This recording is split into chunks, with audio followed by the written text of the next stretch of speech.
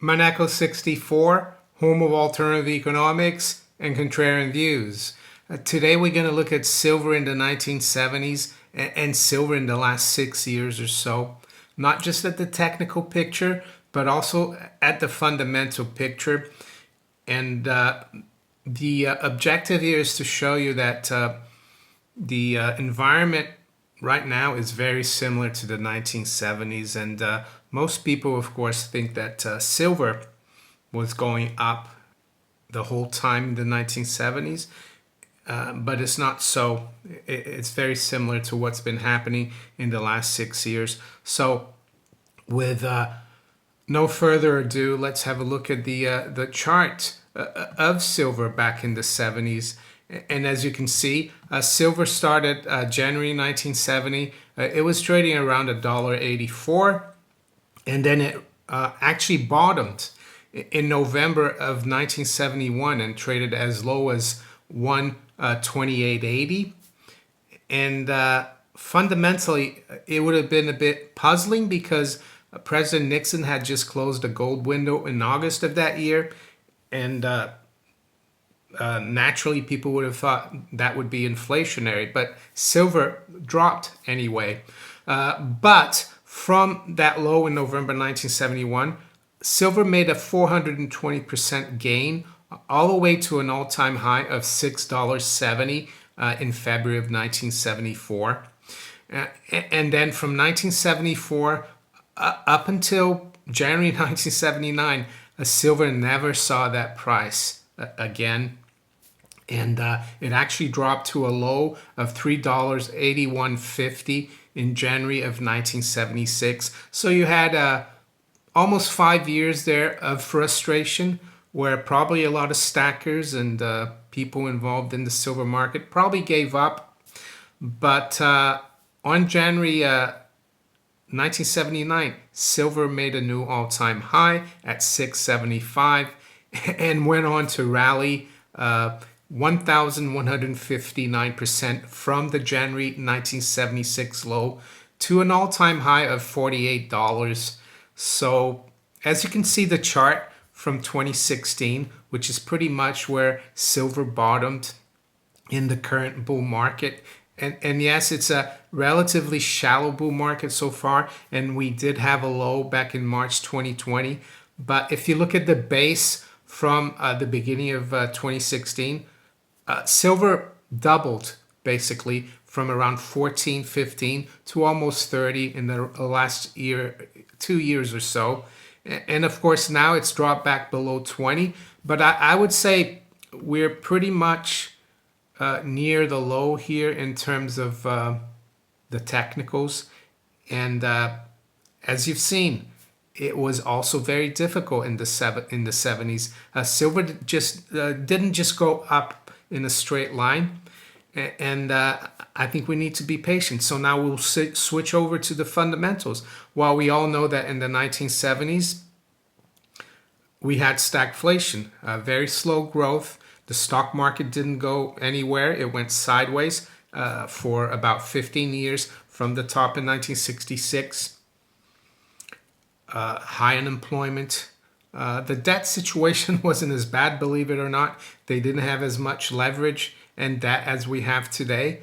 But yes, you had stagflation, a very high rate of CPI and high unemployment.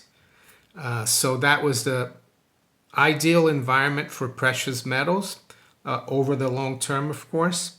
And nowadays, as I speak to you here, we've just seen the new Prime Minister of the UK, Liz Truss, announce an open-ended, probably 200 billion pounds worth of help for energy consumers, for you and I. And that's in addition to the hundreds of, about 500 billion that the Bank of England printed in March of 2020. And we've seen in Germany as well, the government come out with 65 billion of spending to help with the cost of living crisis. In the US, we had Inflation Reduction Act that is actually a big spending program. So governments in the West don't know any better but to inflate.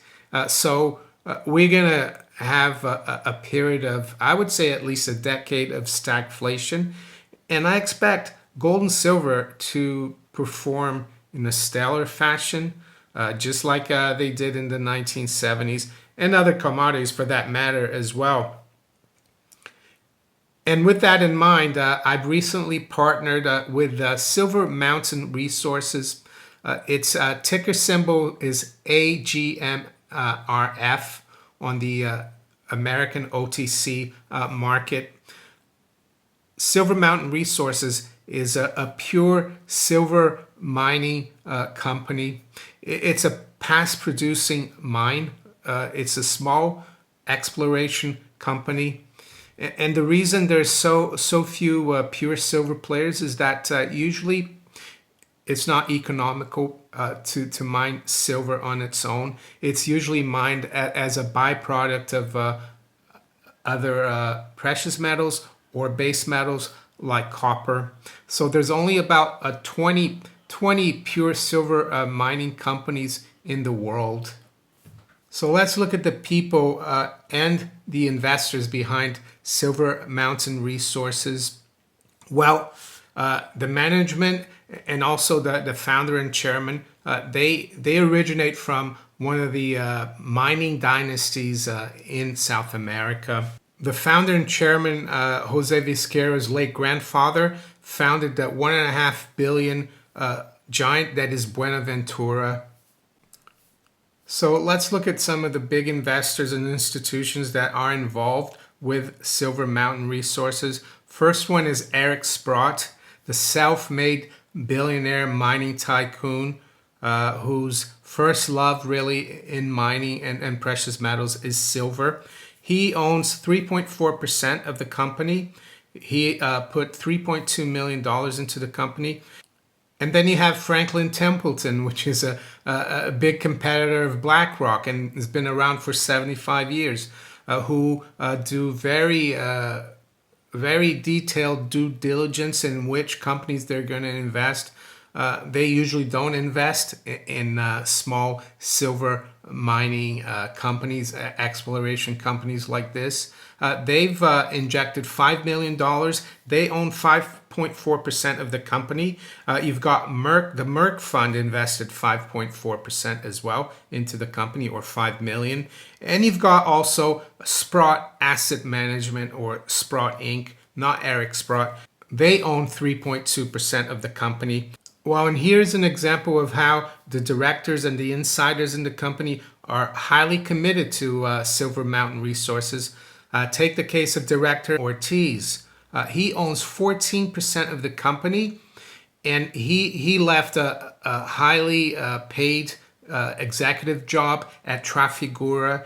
And what is Trafigura? Well, they're one of the biggest oil trading companies in the world, but also the biggest metal trading company in the world. So he's left that company and he's put everything into silver mining resources. And the CEO, Alfredo Bazo, he owns 7% of the company as well.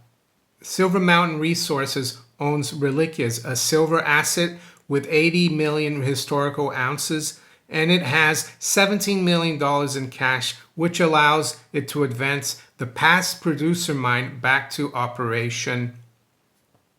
So the property is also fully permitted. So what that means, if a company wanted to do the same kind of project as Silver Mountain Resources, and it didn't have past producing fully permitted mines, they would have to probably wait 10 years to start operation. So Silver Mountain Resources will be back into production in the first half of 2024, and it's also looking to acquire other properties and projects. Other companies with the same kind of timeline as Silver Mountain Resources are trading around $150 million to $200 million in market cap. And here, Silver Mining Resources market cap is at $30 million. So if we look at the market cap of 30 million US dollars and 17 million dollars in cash, the enterprise value is 13 million dollars. And if you look at the 80 million historical ounces that the property has, that is the equivalent of owning silver at 16 cents per troy ounce. Usually the norm is for $2 per troy ounce. So you're getting a 95% discount. The property is located in the mining district of Castrovirreyna province in the mountainous department and region of Huancavelica in Peru. And this is what Sprott Inc., not Eric Sprott, said of the company. At this price, we cannot find a better silver company. That's Sprott Inc. So let's say a big company like Newmont wanted to acquire Silver Mountain Resources. Well, they'd have to pay a lot more than what the stock has been valued right now in the market. And as a retail investor, you'd be able to buy that stock without really moving the market, mainly because the stock is very illiquid. There's not much knowledge of this opportunity, so it's not divulged out there. And the other thing I would say, you're getting a stock for less than half of what people like Eric Sprott and other big institutions paid for the stock back when they had the pre-IPO and the IPO at the beginning of this year.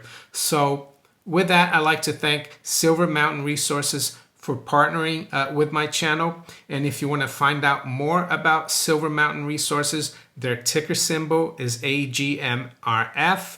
And I'll leave a link in the description below to their website.